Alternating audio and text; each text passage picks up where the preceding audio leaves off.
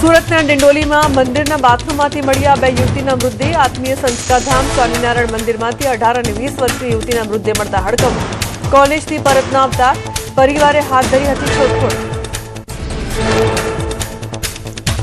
દ્વારકામાં બાઇકર્સ ગેંગના જોખમી સ્ટન્ટનો વિડીયો વાયરલ। ખંભાળિયા હાઈવે પર પૂર ઝડપે બાઇક ચલાવી સ્ટન્ટબાજી કરી રસ્તા પર અન્ય વાહન ચાલકોના જીવ મૂક્યા જોખમમાં। વડોદરામાં અસામાજિક તત્વોનો પોલીસને પડકાર। સંગમ 4 રસ્તા પર યુવકે રસ્તાની વચ્ચે બાઇક પાર્ક કરી કર્યો ટ્રાફિક જામ। રસ્તા પર બિંદાસ્ત બાઇક મૂકી કર્યો ટ્રાફિક જામ। યુવકની કરતૂતનો વિડીયો વાયરલ। વડોદરામાં રોયલ સ્કૂલમાં વિદ્યાર્થીનીની છેડતી કરનાર આરોપીની ધોલાઈ। અને વિદ્યાર્થીના પિતાએ છેડતી કર્યાનો આરોપ। છેલ્લા 1 અઠવાડિયાથી આરોપી કરતો હતો પીછો। ડરી ગયેલી વિદ્યાર્થીનીએ પરિવારને કરી જાણ। વિદ્યાર્થીનીના પરિવારજનોએ શાળાએ એકઠા થઈને આરોપીને માર્યો માર। શાળા તંત્રને ઘટનાની જાણ થતાં મામલો પહોંચ્યો પોલીસ સ્ટેશન। છેડતી કરનાર આરોપીની પોલીસે કરી અટકાયત। રાજકોટમાં પરિણીત પ્રેમિકાને મળવા આવેલા પ્રેમીને મળ્યું મોત। લક્ષ્મણ ટાઉનશીપમાં 4થા માળેથી પટકાતા યુવકનું મોત નીપજ્યું। અચાનક મહિલાનો પતિ આવી જતા ગેસની પાઇપલાઇન સાથે લટક્યો હતો યુવક। ભરૂચના જંબુસરમાં હેર સલૂનમાં આગ લાગતા મચી દોડધામ। ફાયર બ્રિગેડે પાણીનો મારો ચલાવી આગ પર મેળવ્યો કાબુ। આગથી દુકાનમાં મોટું નુકસાન, કોઈ જાનહાનિના નથી સમાચાર। ગીર સોમનાથના ઉનામાં સિંહણના આટાફેરા। શુગર ફેક્ટરી કોલોનીમાં સિંહણો ભૂંડનો કર્યો શિકાર। સિંહણના આતંકથી સ્થાનિકોમાં ફફડાટ। સિંહણની લટાર મારતો વિડીયો આવ્યો સામે। ઉનાળાની શરૂઆતમાં જ ગરમી ભૂક્કા બોલાવશે। રાજ્યમાં 4 દિવસ હીટવેવની હવામાન વિભાગે કરી આગાહી। 8 થી 10 માર્ચ અગનગોળા વરસશે। સૌરાષ્ટ્ર અને દક્ષિણ ગુજરાતમાં વર્તાશે વધુ અસર। T20 મેચના દિવસે ગરમી હાહાકાર મચાવશે। 8 માર્ચે અમદાવાદમાં પારો 37 ડિગ્રીને પાર જઈ શકે। પોરબંદર, દીવ, સુરત, ભરૂચમાં પડશે કાળઝાળ ગરમી। દરિયાકાંઠાના વિસ્તારમાં ગરમ અને ભેજવાળા પવન ફૂંકાવાની આગાહી।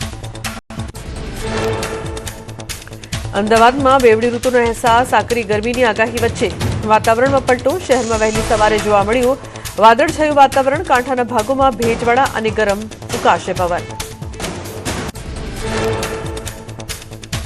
અમદાવાદમાં એએમટીએસ દ્વારા મુસાફરોને ગરમીથી બચાવવા માટે અનોખી પહેલ। શહેરમાં પ્રથમ વખત બનશે ટ્રી બસ સ્ટોપ। મોટા વૃક્ષોની આસપાસ બેઠક વ્યવસ્થા અને આધુનિક ડિઝાઇન સાથે કરાશે તૈયાર।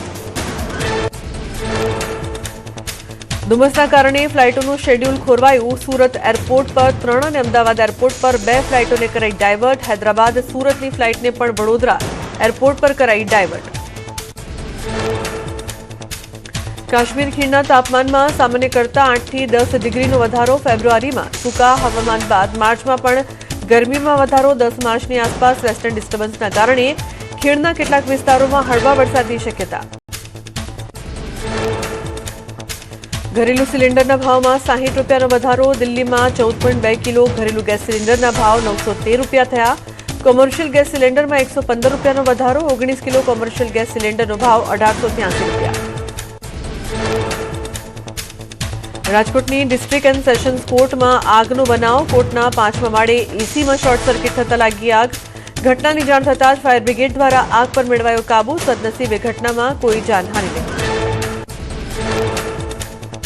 અમદાવાદમાં બાર કાઉન્સિલ ઓફ ગુજરાતની ચૂંટણી બાદ હોબાળો। મતદાન પૂર્ણ થયા બાદ ગુજરાત યુનિવર્સિટી ખાતે વિરોધ પ્રદર્શન। બેલેટ પેપરને લઈને ગેરરીતિ થઈ હોવાના ઉમેદવારોના ગંભીર આક્ષેપ। રાજ્ય સરકારે 37 ઉચ્ચ આઈપીએસ અધિકારીઓની બદલી કરતા સૌરાષ્ટ્રના રાજકારણમાં ચર્ચાઓ તેજ। રાજકોટ રેન્જ આઈજી અશોકકુમાર યાદવની ઇન્ટેલિજન્સ બ્યુરોના વડા બનાવાયા। 2010 બેચના નિર્લિપ્ત રાયની રાજકોટ રેન્જ ડીઆઈજી તરીકે નિમણૂક। હિસ્ટ્રી શીટર નિખિલ ડોંગાએ સોશિયલ મીડિયા પર કરી પોસ્ટ। બાહુબલી નેતાના પ્રયત્નો છતાં જાબાઝ પોલીસ અધિકારી નિર્લિપ્ત રાયની નિમણૂક રોકી ન શક્યા। જયરાજસિંહ જાડેજાએ સ્પષ્ટતા કરી। પોતે જ ગૃહમંત્રી સમક્ષ કડક અને નિષ્પક્ષ અધિકારીની માંગ કર્યાનો દાવો।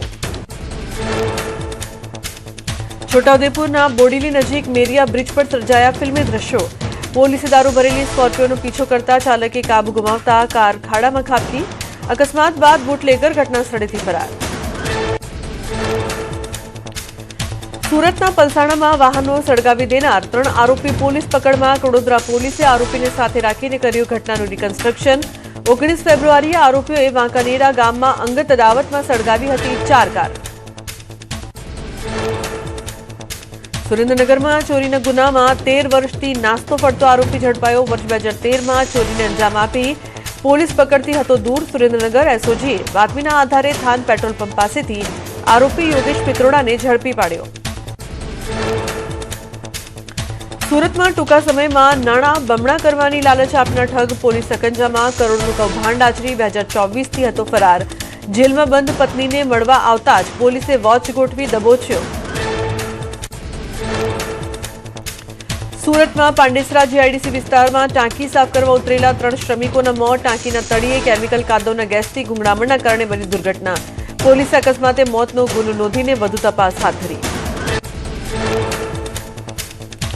ગાંધીનગરમાં ડિઝાસ્ટર પ્રિપેર્ડનેસ ઇન ગુજરાત વિષય પર યોજાઈ રાષ્ટ્રીય બેઠક. મહેસૂલ વિભાગના અધિક મુખ્ય સચિવ ડોક્ટર જયંતિ રવિના અધ્યક્ષસ્થાને મળી બેઠક. રાજ્યની આપત્તિ સજ્જતાને વધુ મજબૂત બનાવવા માટે ચર્ચા.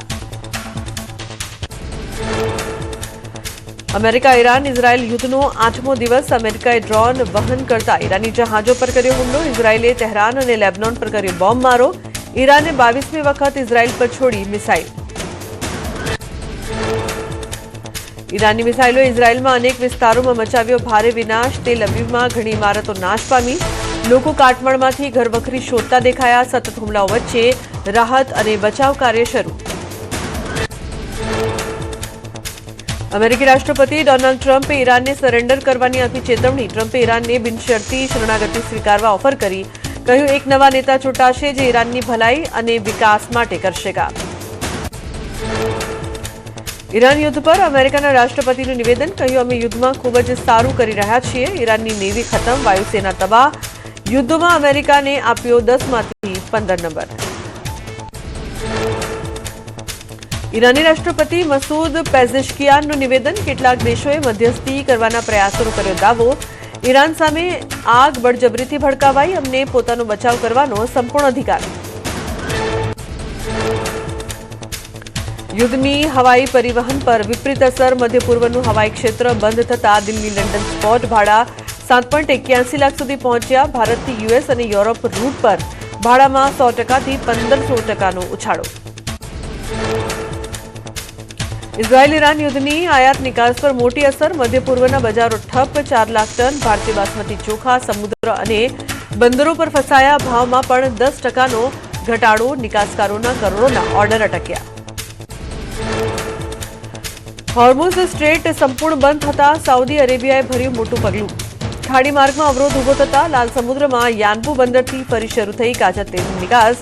24 કલાકમાં હોર્મુઝ સ્ટ્રેટમાંથી એક પણ ઓઇલ ટેન્કર નથી થયું પસાર. હોર્મુઝ સ્ટ્રેટ બંધ રહેવાથી પાકિસ્તાનમાં ફેલાશે અરાજકતા.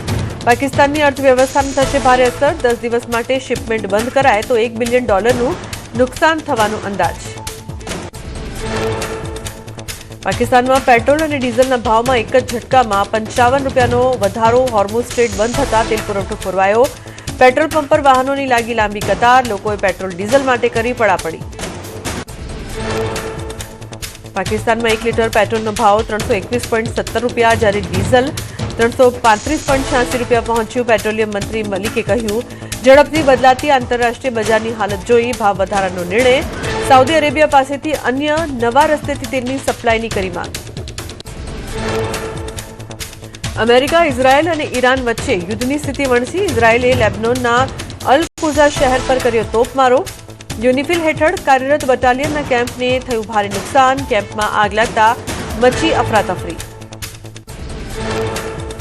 વિશ્વમાં તેલ બાદ હવે વીજળીનું સંકટ. મિડલ ઇસ્ટ યુદ્ધમાં ખાડી દેશોથી સંપૂર્ણ બંધ થઈ શકે એનર્જી એક્સપોર્ટ. ઉર્જા નિર્યાત રોકવાની કતરની ચેતવણી.